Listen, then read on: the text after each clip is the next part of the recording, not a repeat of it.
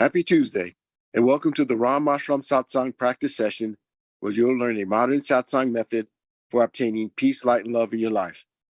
My name is Eddie, and I will be giving you a brief overview of this Satsang session, after which Parul will lead you in a description of the Satsang process and followed by instructions on how to meditate. If you direct your attention towards your screen, you'll see the first element is Satsang. Satsang is a scientific method whereby we may obtain peace, light, and love in our life. It requires no physical skill, spiritual accomplishment, or meditation experience to begin its practice. Satsang consists of two words, Sat and Sang. Sat means positive energy, and Sang means to be with or to be in the presence of. Therefore, the word Satsang means to be in the presence of positive energy. The next element is meditation. Meditation is an important part of Satsang. When we meditate, we withdraw consciousness from worldly objects and direct it inwards to focus on a single thought. In doing so, our minds become calm and our thoughts become pure, thereby allowing us to obtain higher states of consciousness, such as enlightenment, peace, light, and love. Inner orientation. There are two types of Satsang, inner Satsang and outer Satsang. An example of outer Satsang would be chanting or attending pilgrimages. When we practice outer Satsang, we have the potential to change our behavior, but only through the practice of inner Satsang can we obtain higher states of consciousness, such as enlightenment, peace, light, and love. The Satsang that you will learn today is an inner Satsang where we meditate in silence. Group session. These practice sessions are structured for group participation. When we meditate as a group, our focus is improved and our personal progress along our spiritual path is expedited. By regularly attending these practice sessions, the benefits of group participation are amplified. Joy and inner happiness. All beings wish to experience joy. Joy is the eternal longing of the soul. But only through the practice of inner Satsang can we obtain a joyous state. Each time we practice Satsang, our inner happiness gradually increases, ultimately culminating in a state of joy, which we experience 24 hours a day, 7 days a week. The agenda for today consists of 3 sessions: the informative session, the practice session, and the interactive session. During the informative session, you'll receive a Satsang topic, or possibly a topic about the founder or some relevant spiritual topic. During the practice session, you'll receive instructions on how to meditate, followed by a period of practice. During the interactive session, you have the opportunity to ask questions, or there'll be a panel discussion. And now, Parul will guide us through the informative and practice session. Parul. Thank you, Eddie. Okay. So I was going to just give a little talk and then we'll go right into the meditation. I brought a book today called The Alchemist because Satsang is a journey of the heart. So when you do this practice, it's really not about your third eye or your mind. It's about dropping into the heart. And when you go on the journey of your heart, it actually opens up empathy and compassion and love within you. Obviously, you're coming into a space where you're practicing silence so that you can transcend your consciousness. But when you do it through the heart, you also create a space where the ego doesn't really thrive. So I was thinking about The Alchemist because I used to love reading this book and I just reread it. And I came to this page on 128 where it talks a lot about the heart and it also talks a lot about silence and what silence can do for you, which is what this practice really is. When we practice in the morning, we wake up and we clear out our subconscious mind by doing this meditation practice. You start the day with a clear mind and a pure heart. And then when you come to the end of your day, no matter what happened, so many things can transpire over your day. When you go to the end of your day and you sit down again for meditation, you get the same opportunity to clear out your mind, purify your heart, and then you go to sleep in that state. So I was thinking about page 128 in The Alchemist, where it says, they're going across the desert to find this treasure. And it says they continued across the desert. With every day that passed, the boy's heart became more and more silent. It no longer wanted to know about the things of the past or future. It was content simply to contemplate the desert and to drink with the boy from the soul of the world. The boy and his heart had become friends, and neither was capable now of betraying the other. And that's what I really feel happens in satsang.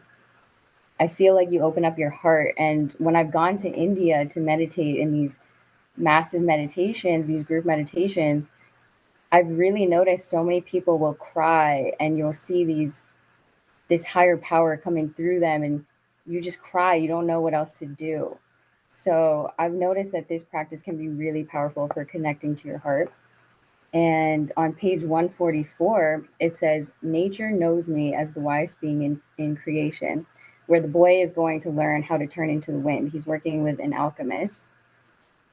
And it says, Nature, he's talking to the sun in this excerpt, where he goes, Nature knows me as the wisest being in creation, the sun said, but I don't know how to turn you into the wind.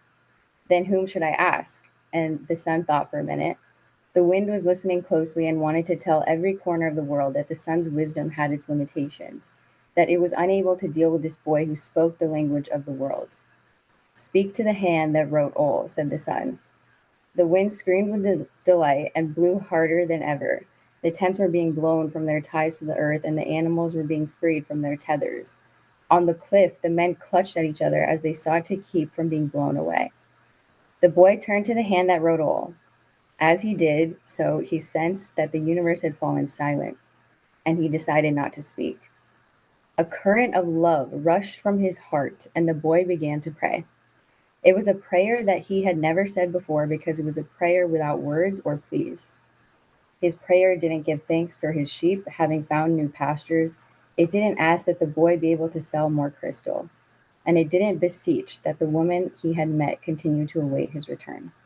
In the silence, the boy understood that the desert, the wind, and the sun were also trying to understand the signs written by the hand, and were seeking to follow their paths and to understand what had been written on a single emerald. He saw that omens were scattered throughout the earth and in space, and that there was no reason or significance attached to their appearance. He could see that not the deserts, nor the winds, nor the sun, nor people knew why they had been created, but that the hand had a reason for all of this, and that only the hand could perform miracles or transform the sea into a desert, or a man into the wind, because only the hand understood that it was a larger design that had moved the universe to the point at which 6 days of creation had evolved into a master work. The boy reached through to the soul of the world and saw that it was a part of the soul of God, and he saw that the soul of God was his own soul, and that he, a boy, could perform miracles. So, on that note, I just think that creating silence in your life creates room so that you can transcend your own consciousness. And I think now we should just start the meditation, which what we do here is obviously a heart meditation with light. So we first move our consciousness inward by imagining or seeing a light. Yes, and so this is the whole system. So inward orientation means you see the light. You can think of it as a universal light, divine light, whatever is comfortable for you. And you see this light coming into your heart space, and it fills up your heart space, and it immerses your entire body from head to toe, fingertips to toes. You will be fully immersed in this light. You allow it to go into your aura, like all over your field, out 20 feet out from you. And as you do that, then we go into the concentration, and then we go into a silent meditation. And that will last, I think, about 30 minutes. And then we will go into the space of the higher mind as you're meditating. And after that, we will have a Q&A, and we will wrap up the session. So I hope you guys have a great session. I think we should just get started now, and we'll start with some music. As we're listening to the music, Start imagining the lights, and then we will go into the meditation. If you want to add any comments, Eddie, feel free.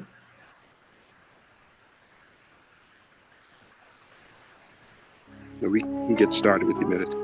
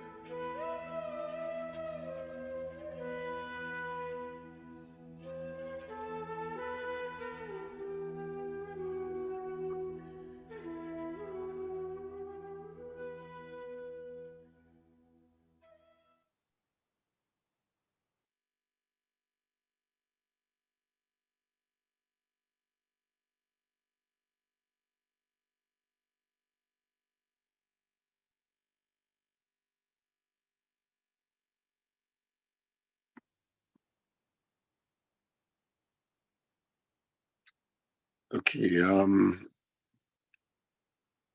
Okay. Thank you, Parul, for that lecture. Most people think that alchemy only involved the process of transmuting lead into gold, but there's a spiritual aspect of alchemy. And so it involves transforming the gross soul into the enlightened soul. And that only comes about through purity of the heart, which is very relatable to the work that we do here, purifying and cleansing the heart. So it's a very interesting topic you gave us today. Appreciate it. At this time, if there are any questions, you may ask those. We'll record those, and Sanjeev Ji will answer those upon his return. Also, you may share a satsang experience at this time if you want. If there aren't any, then I'll ask Parul to close us out for today.